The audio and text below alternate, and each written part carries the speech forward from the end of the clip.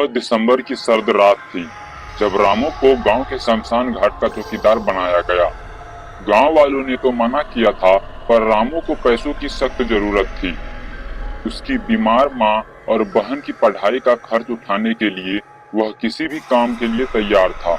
गांव के बुजुर्गों ने समझाया था कि शमशान घाट पर कोई सामान्य आदमी रात नहीं काट सकता, वहाँ कुछ है जो इंसानों से अलग है। पर रामू हंस दिया, भूत ऊत कुछ नहीं होता काका, अब से ये घाट मेरी जिम्मेदारी है। रात के करीब 11 बजे रामू अपनी कुटिया में बैठा अलाव जलाकर चाय पी रहा था। शमशान पूरी तरह शांत था। दूर कहीं सियार की आवाज गूंज रही थी। तभी एक धीमी पदचाप की आवाज आई। रामू ने बाहर झांका, लेकिन कोई नहीं था। वो सोचने लगा शायद कोई जानवर रहा होगा। फिर से अंदर आ गया और घाट पर लेट गया। कुछ देर बाद दरवाजा खुद ब खुद चरचर की आवाज के साथ खुल गया। रामू झट से उठा। उसने टॉर्च जलाकर बाहर देखा। सामने कुछ नहीं था, लेकिन जमीन पर गीले पैरों के निशान थे, वो भी उल्टे। रामू ने अगली सुबह गांव में जाकर ये बात बताई। एक बूढ़े बाबा ने कहा, उल्टे पांव मतलब प्रेत आत्मा, वो अब जाग चुकी है। रामू ने फिर भी हार नहीं मानी। उसने अगले दिन पूजा करवाई और हनुमान चालीसा साथ रख ली, लेकिन जो होना था वो किसी भी पूजा से टलने वाला नहीं था। उस रात फिर कुछ अजीब हुआ। जब रामू घाट के पास बैठा था, तब उसे एक औरत की रुलाई सुनाई दी। रामू कांप गया। उसने आवाज की दिशा में देखा। वहां एक सफेद साड़ी में लिपटी औरत थी, बिना चेहरे की।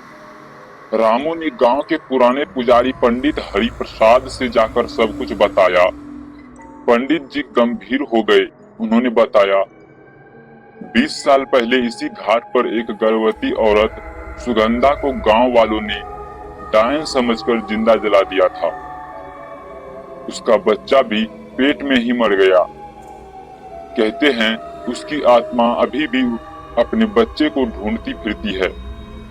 वह हर चौकीदार को तब तक डराती है जब तक वह भाग न जाए या मर न जाए। रामू की रूह कांप गई, लेकिन अब वापस जाना उसकी जिद थी। उस रात रामू पूरी तैयारी के साथ गया, गंगा जल, हनुमान चालीसा और एक कुल्हाड़ी के साथ। आधी रात बीती थी कि फिर से वही आवाज आई, पर इस बार और भी तेज। रामू बाहर निकला और आवाज की दिशा में गया। सामने एक चिता जल रही थी, लेकिन किसी ने जलाया नहीं था। उस चिता में वही औरत खड़ी थी जिसके चेहरे पर आग और पेट से खून बह रहा था। रामू ने हिम्मत करके पूछा, तू क्या चाहती है? आत्मा चीखी, मुझे इंसाफ चाहिए। मुझे अपने बच्चे की हड्डियां चाहिए, जिन्हें लोगों ने यहाँ नहीं जलाया। उन्हें दूर जंगल में फेंक दिया गया। रामू ने दूसरे दिन गांव के कुछ बूढ़ों से बात की। उन्होंने झिझकते हुए बताया, हाँ, हमने उसकी हड्डियां जंगल में फेंक दी थी ताकि उसकी आत्मा ना लौटे। रामू ने गांव के पुजारी और 4 लोगों की मदद से जंगल की खुदाई करवाई। कुछ ही दूरी पर एक गड्ढे में उसे एक छोटे बच्चे की हड्डियां और सुगंधा की चूड़ियां मिली। रामू ने उस हड्डियों को पूरे विधि विधान से शमशान घाट पर जलवाया। चिता के धुएं में अचानक वही औरत दिखाई दी। अब उसका चेहरा शांत था, आंखों से आंसू बह रहे थे। उसने कहा, धन्यवाद, अब मैं मुक्त हूँ, और वो हवा में विलीन हो गई। रामू ने राहत की सांस ली। अब घाट पर कोई अजीब आवाज नहीं आती थी। गांव वाले भी कहने लगे कि रामू ने शमशान की आत्मा को मुक्त कर दिया। एक रात रामू फिर घाट पर बैठा था जब उसे एक बच्चे की हंसी सुनाई दी।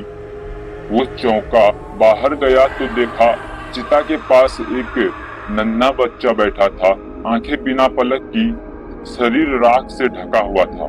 रामू को लगा शायद सुगंधा के साथ उसका बच्चा नहीं गया, वो आत्मा अभी भी घाट पर है। गांव के पंडित ने कहा, बच्चों की आत्माएं सबसे ज्यादा खतरनाक होती है और अकेली आत्मा और भी ताकतवर होती है। अब हर रात रामू के कुटिया के पास वही हंसी गूंजती। लोग कहते कि अगर कोई रामू की झोपड़ी के पास रात 2 बजे जाता तो अंदर से बच्चे की आवाज आती।